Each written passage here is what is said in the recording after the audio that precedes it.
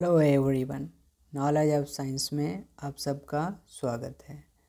Knowledge of science में आज हम एक नए टॉपिक या फिर यूं कहें एक नई दिशा की ओर बढ़ने जा रहे हैं, जिसको वो कहते हैं प्रिंसिपल्स ऑफ प्लांट पैथोलॉजी। यानी हम प्लांट पैथोलॉजी जो है उसके प्रिंसिपल्स के बारे में अब धीरे धीरे डिस्कस करेंगे, क्योंकि हमने जो प्लांट पैथोलॉजी में है डिजीजेज जो है उसको मैक्सिमम हमने कवर कर लिया है। अब जो हमारा डिस्कशन के टॉपिक रहेंगे वो प्रिंसिपल्स के रहेंगे।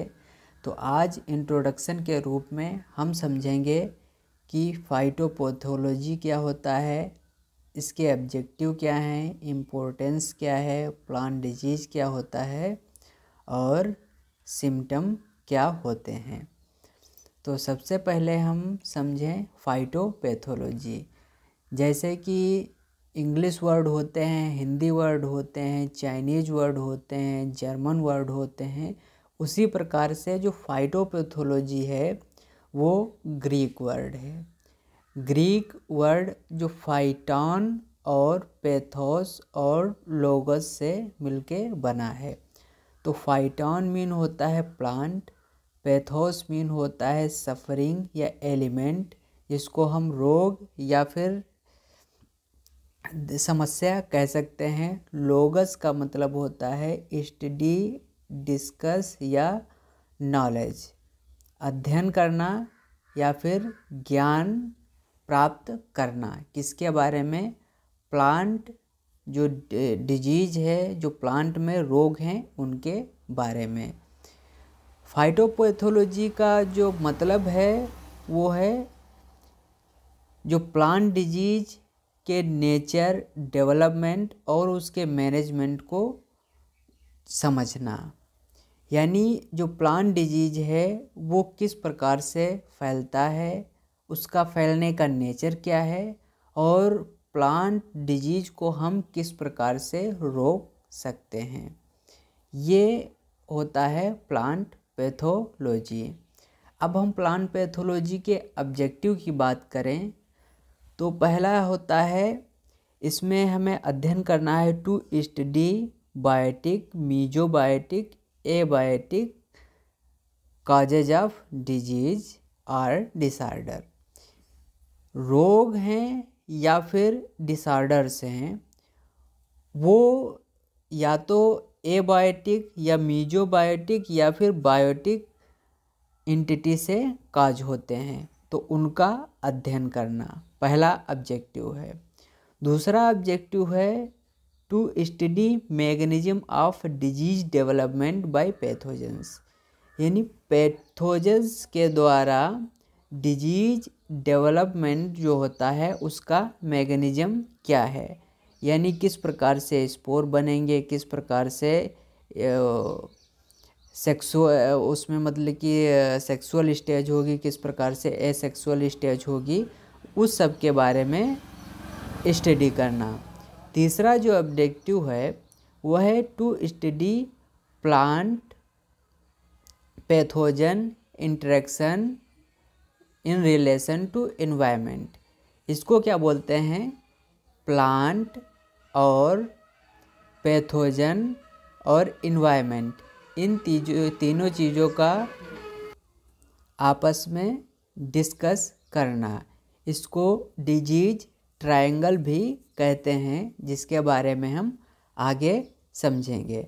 चौथा जो ऑब्जेक्टिव है कि जो प्लांट डिजीज होता है, प्लांट डिजीज को मैनेज करने के लिए मेथड्स, यानी cultural methods, physical methods, biological methods, chemical methods, इन सब के बारे में अध्ययन करना। तो ये हुए प्लांट पैथोलॉजी के ऑब्जेक्टिव के बारे में। अब हम समझते हैं इसका इम्पोर्टेंस क्या है।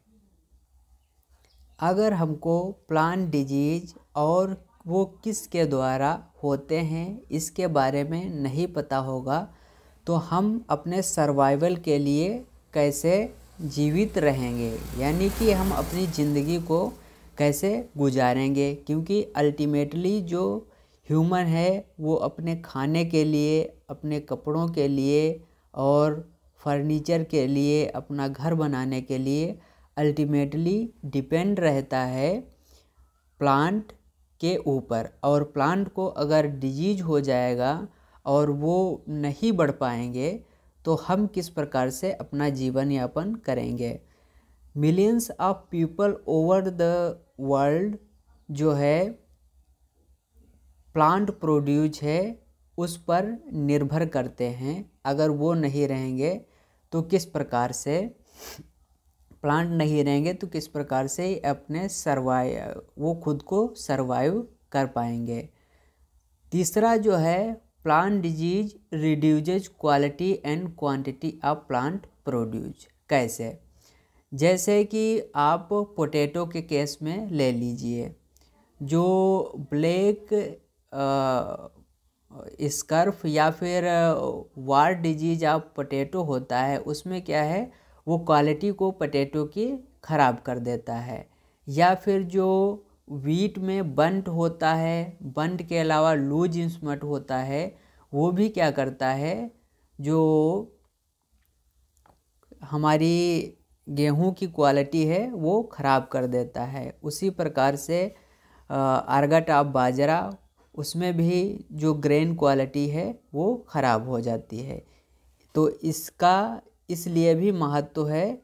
अगर हम ये सब नहीं समझेंगे तो हमको जो ग्रेन क्वालिटी है वो बढ़िया नहीं मिल पाएगी। कई बार तो ऐसा होता है इनमें टॉक्सिक एलिमेंट भी होते हैं, जो डिजीज होते हैं उसमें टॉक्सिक एलिमेंट होते हैं, जिससे के वजह से हमारी डेथ भी हो सकती है। इसीलिए हमको इसका महत्व समझना पड़ेगा। और क्या होता है, जो प्राइस है इसकी गिर जाएगी, जो हमारा प्रोडक्ट है उसकी प्राइस गिर जाएगी अगर हमारा जो प्लांट है वो डिजीज से ग्रसित हो जाएगा, रोगग्रस्त हो जाएगा। पांचवा है result in severe pathological effect on humans and animals that eat plant products. Pathological effect human और एनिमल्स पे पड़ेगा, क्योंकि हम प्लांट प्रोडक्ट्स के ऊपर निर्भर करते हैं। छठा है destroy beauty of environment by damaging plant around home, park, street and forest. आप जानते हैं हम अपने घर के चारों तरफ, अपने सड़क के चारों तरफ, अपने जो पार्क हैं उसके अंदर, जो हमारी गलियां हैं उसके चारों तरफ सुंदर सुंदर से पेड़ लगाते हैं। अगर उन अच्छे पेड़ों को रोग हो जाए और वो डिजीज से इन्फेक्ट हो जाएं तो क्या है, हमारे जो एनवायरनमेंट की है वो ब्यूटी खराब हो जाएगी। सातवां है pesticide use to control disease pollute the water and environment. क्योंकि जो हम डिजीज कंट्रोल के लिए पेस्टिसाइड का प्रयोग करते हैं, अल्टीमेटली वो हमारे वाटर को पोल्यूट करता है और हमारे एनवायरनमेंट को गंदा करता है, ख़राब करता है। इसलिए हमको अध्ययन करना पड़ेगा, इसके इम्पोर्टेंस को समझना पड़ेगा और हमको बायोलॉजिकल जो कंट्रोल है उसमें शिफ्ट करना पड़ेगा ताकि हमारा एनवायरनमेंट सेफ रह सके। और आठवां जो है क्रॉप की यील्ड घट जाती है। अगर रोग लग जाएगा, जैसे अर्ली ब्लाइट ऑफ पोटैटो या लेट ब्लाइट ऑफ पोटैटो है, इस प्रकार के अगर रोग लग जाएं, या फिर bacterial leaf blight of rice है, ये रोग लग जाएं तो जो क्रॉप की यील्ड है वो घट जाती है। नौवां है काज फाइनेंशियल लॉसेस। अब हम देखते हैं जब हमारी यील्ड घट जाएगी और हमारा जो प्रोडक्ट है उसकी क्वालिटी ख़राब हो जाएगी, क्वांटिटी कम हो जाएगी, तो डेफिनेटली जो हम लोगों को पैसा जितना मिलना चाहिए उतना नहीं मिलेगा मार्केट में, जिससे किसानों को नुकसान होगा। इसलिए भी इसका महत्व है प्लांट पैथोलॉजी का। 10वां है चेंजेज एग्रीकल्चरल पैटर्न। अगर प्लांट पैथोलॉजी हम नहीं पढ़ेंगे तो क्या है, कई बार डिजीज आते हैं जो पूरे एग्रीकल्चरल पैटर्न को चेंज कर देते हैं। जैसे कोई सॉयल बॉर्न डिजीज एक एरिया में प्रिवेल हो गया है और वो सॉयल बॉर्न डिजीज जो है उसी एरिया में बना हुआ है और पर्टिकुलर क्रॉप पे इन्फेक्ट करता है, तो जब भी हम वो क्रॉप लगाएंगे तो क्या करेगा, वो उसको इन्फेक्ट करता है। तो इसलिए क्या होता है, जो वो क्रॉप है वो उस एरिया से धीरे धीरे एलिमिनेट हो जाती है, यानी उस एरिया में हम उस फसल को नहीं उगाते हैं क्योंकि वो रोग उस फसल में ज़्यादा अटैक करता है। तो कई बार एग्रीकल्चरल पैटर्न भी चेंज हो जाता है, हमारी पूरी अपनी फसल को बदलना पड़ता है, जो क्रॉप पैटर्न है वो बदलना पड़ता है। 11वां जो है इन्फ्लुएंस द इंडस्ट्रीज। हम जानते हैं कि जो रॉ मटेरियल है जैसे काटन है, वो जो टेक्सटाइल फैक्ट्री है उनके लिए इम्पोर्टेंट है, टेक्सटाइल इंडस्ट्री है उनके लिए इम्पोर्टेंट है। और जो लकड़ी है वो जो हमारी लकड़ी के सामान बनते हैं, घर में जो विंडो वगैरह बनते हैं उनके लिए इम्पोर्टेंट है। तो रॉ मटेरियल की सप्लाई नहीं हो पाती है। 12वां है some plant diseases even change food habits of human population. इसका इतना महत्व है, अगर प्लांट डिजीज प्रिवेल हो जाए किसी एक एरिया में या पूरे कंट्री में तो हमें क्या है, फूड हैबिट चेंज करनी पड़ती है। जैसे यूरोप में क्या हुआ, वहाँ का जो स्टेपल फूड था वो क्या था, आलू था, और आलू में लग गया लेट ब्लाइट ऑफ पोटैटो। वो इतनी बुरी तरीके से लगा कि वहाँ भूखमरी के चांसेस पैदा हो गए। तो उस प्रकार वहाँ का जो फूड हैबिट है चेंज हो गया। अब वहाँ के लोग जो है सिर्फ आलू पे निर्भर रह के और क्रॉपों पे निर्भर होने लगे। तो ये सब इसका है प्लांट पैथोलॉजी का इम्पोर्टेंस। इसलिए हम प्लांट पैथोलॉजी को पढ़ते हैं और हमें पढ़ना चाहिए। अगर हम बात करें प्लांट डिजीज की, तो प्लांट डिजीज क्या होता है। प्लांट डिजीज जो है मालफंक्शनिंग प्रोसेस होता है that cause continuous irritation which result some suffering producing symptoms. यानी माल फंक्शनिंग प्रोसेस, जैसे इंसान का फिजियोलॉजिकल प्रोसेस होता है, रेस्पिरेटरी सिस्टम होता है, डाइजेस्टिव सिस्टम होता है, उसी प्रकार से जो प्लांट है उसमें भी फोटोसिंथेसिस सिस्टम होता है, रेस्पिरेटरी सिस्टम होता है, और वैस्कुलर जो बंडल होते हैं जाइलम फ्लोएम के द्वारा वो ऊपर से पानी, नीचे से पानी ऊपर पहुंचाना और ऊपर से बना हुआ फूड नीचे लेके आना, उसमें माल फंक्शनिंग हो जाना, यानी उसमें परिवर्तन हो जाना जिससे कि हमारे पौधे को सफरिंग हो या उसको दिक्कत हो ग्रो करने में, और जिसके वजह से सिम्टम पैदा हों, तो उसको कहते हैं प्लांट डिजीज। ये डेफिनेशन जो है अमेरिकन फाइटोपैथोलॉजिकल सोसाइटी APS और BMS ब्रिटिश माइकोलॉजिकल सोसाइटी दोनों के द्वारा एक्सेप्टेड है।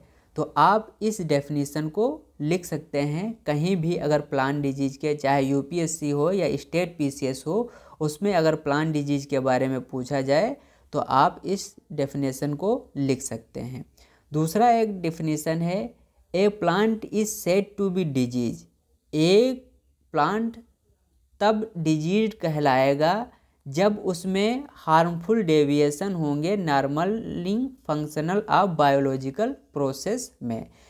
यानी कि जो हमने माल फंक्शनिंग प्रोसेस ऊपर देखा वही नीचे कह रहा है।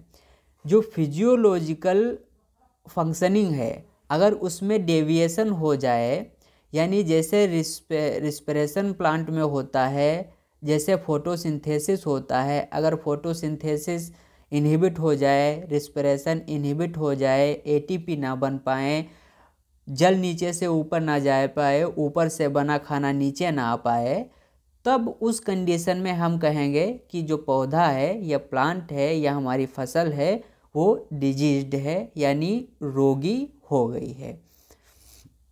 और सिम्टम की बात करें तो प्लांट डिजीज का जो रिजल्ट है वही क्या होता है, सिम्टम के रूप में हमको दिखाई देता है। यानी फिजियोलॉजिकल माल फंक्शनिंग के द्वारा जो हमको विजुअल रूप में प्लांट में दिखता है उसको हम बोलते हैं सिम्टम या लक्षण। साथियों, नॉलेज ऑफ साइंस के ये था इंट्रोडक्टरी लेक्चर।